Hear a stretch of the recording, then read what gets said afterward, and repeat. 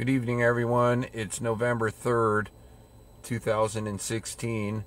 This is a special report from the Red Warrior camp here at the Dakota Access Pipeline protest at Standing Rock, North Dakota. I'm on the banks of the Missouri River, about 2 miles away from the front line blockade. The Dakota Access is right at the edges of the Missouri River, and they will, in the next few days, I think, make an attempt to go ahead and drill under the river. I've heard rumors when I first arrived here. I arrived shortly before sunset tonight, and we had heard right away a rumor that there will be a call to action tomorrow, Friday. The feeling is that this action is going to escalate this weekend. I think, with the presidential election so close at hand, I think the distraction is just too big.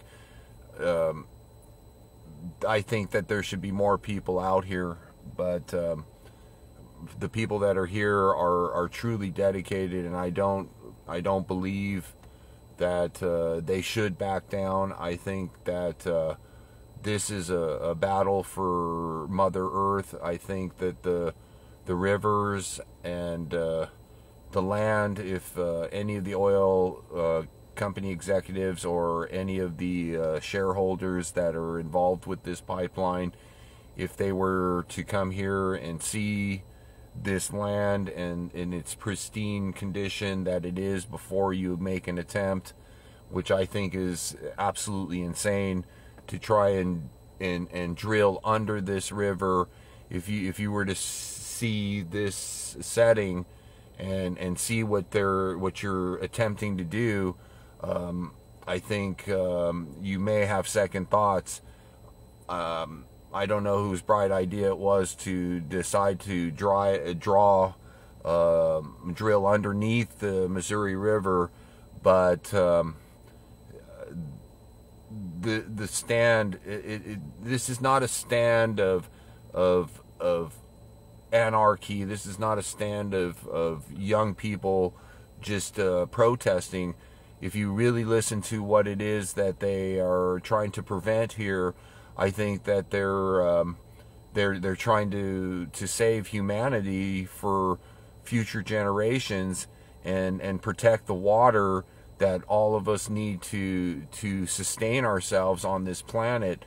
And again, I call out any of the stockholders, shareholders, or executives from the oil company or any of the subcontractors. You're putting your workers in a very bad position, I think, because I honestly believe that they also know that this is not right. Okay, and I think if the shareholders who actually have a voice in this $3.5 billion monstrosity and threat to humanity, I think you yourself too would join the front lines, as many of these people have had the calling to do. This is not your 1960s flower power movement anymore. I think if you don't come to the table to negotiate the stopping of this pipeline, I think you will live with this with regret for the rest of your life, because there is an opportunity also for you to heal some wounds that are much bigger than a pipeline. If you fail at this pipeline, I'm pretty sure that your hedge fund guys will make sure that you're covered. But to also put these workers in the middle of this fight for the environment, I think is a very dirty position to have put your employees in. And I think that the same would go for the county sheriff and the state police, I don't think you should be standing on one side or the other. I mean, when you stand there and face the protesters, you defend the oil companies, and I don't believe that that is what the state and local police forces were created for. I think if it comes to this point where you have to stand with you facing with rubber bullets at peaceful protesters that are unarmed, I think that it's pretty obvious that you are in the wrong. And the bottom line is if it's going to escalate to where you actually need armed guards to protect the oil pipeline against peaceful, passive protest, and escalate it to violence, which is what happened here in the last few weeks, then I think I'm calling on the governor. I think it's time for the governor to call in the National Guard until this is played out in the courts. And I would also call for the governor to also step in and begin to create the negotiations to go into arbitration on this situation, because putting private security mixed with state police and local police, I think you're just asking for trouble. And so the message to the governor is to really look at the bigger picture, listen to really what these protesters are saying, look out for the best interest of the oil company, which it seems to me is the only interest that is being protected at this stage. And look at this valley. I mean, look at this scenery. I mean, the Environmental Protection Agency should be also on the side of these protesters. And I mean, I would really like to know whose bright idea it was to dig under the Missouri River. I mean, hello, are you guys insane? So, you know, in daylight, first daylight tomorrow, which will be Friday, I will go to the front lines and I will make an attempt to see firsthand what type of security is in place, mixed in with the local and state police forces, because I don't believe that the state police and local police should be basically deputized to protect an oil company. I mean, if we go back to the Wild West days, prior to there being workers' unions in the United States and things like that, strong arm tactics were quite normal. But we live in a democracy, and we live in a situation here in North Dakota where there's extreme poverty within the Indian community. And I just, on the way here, I spent 3 days with the tribal leaders from Pine Ridge and the Cherry Creek reservations of South Dakota. And I can tell you that there is much more than just a pipeline and money and even fighting against it. There is much more than that. When you look at the bigger picture, the environment is everything for your grandchildren as well as the Native Americans' grandchildren and children. This is something that I firmly believe in, and I think that's why I traveled here, is to be a witness, to document what is transpiring here. And it is an assault on Mother Nature herself. Mother Earth is crying in the moment, and I believe the water is her tears. And when there are no more tears, there will be no more life. And when there's no more life, you can what good is your oil pipeline going to be to anyone anyways? to cram everything into this short little snippet, it would be, you know, quite hard. But there are a few things that really get to me, and I don't understand how you can destroy a natural environment like this for oil that is basically on the decline, and it's absolutely useless to us in the future. So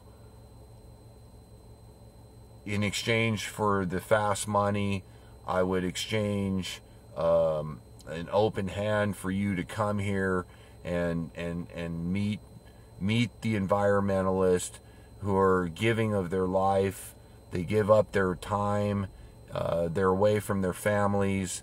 They are here on the land to protect the land. And if you don't meet these people halfway, this battle will not go away using private security. I think that's been proven in other events.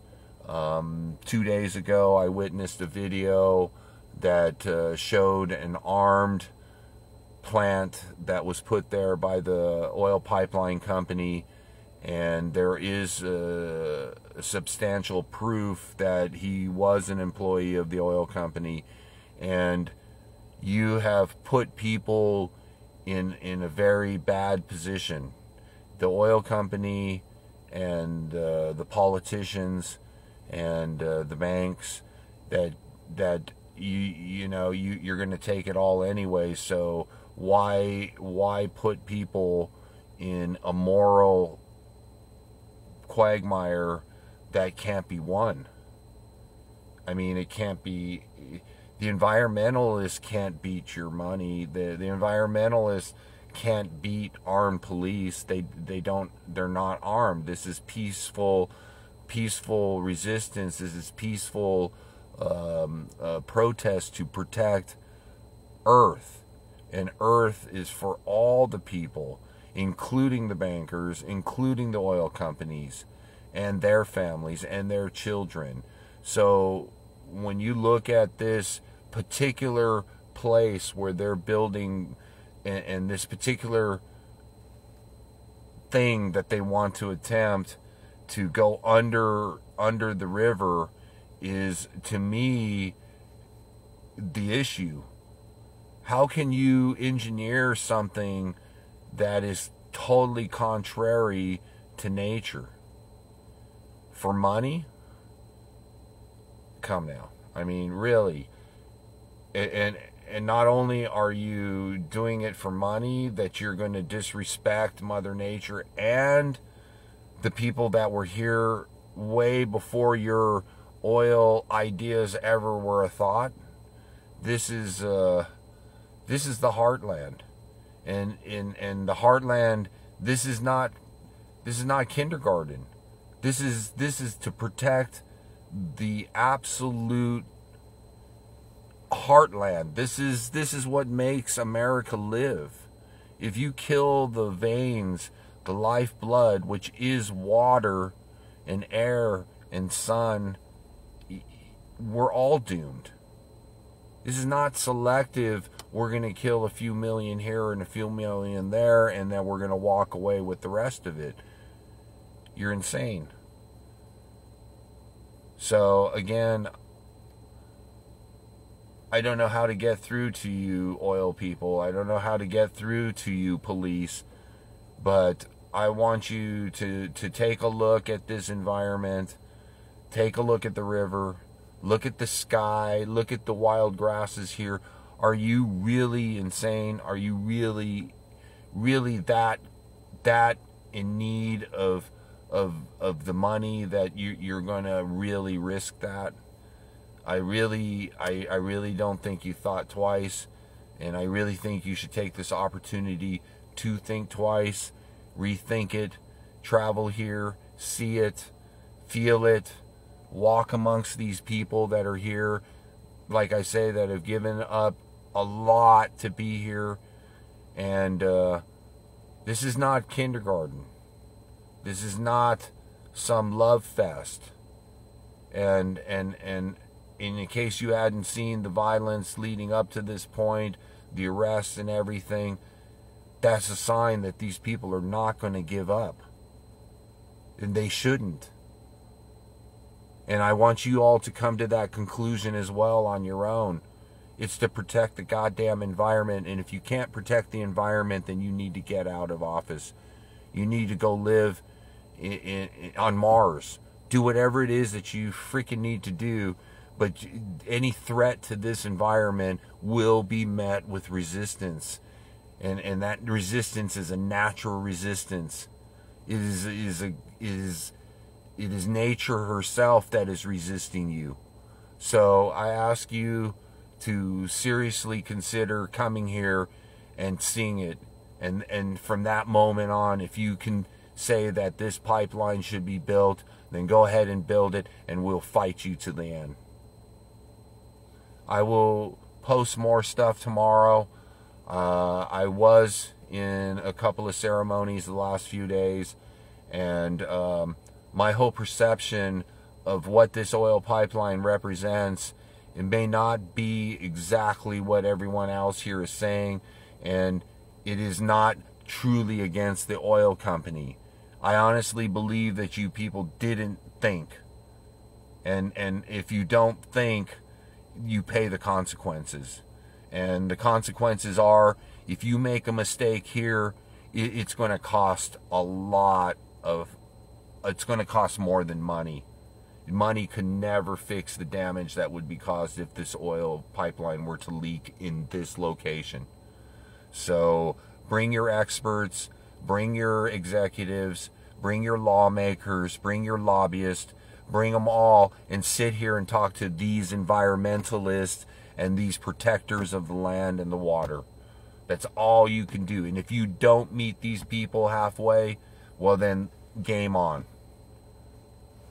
You have now activated the resistance.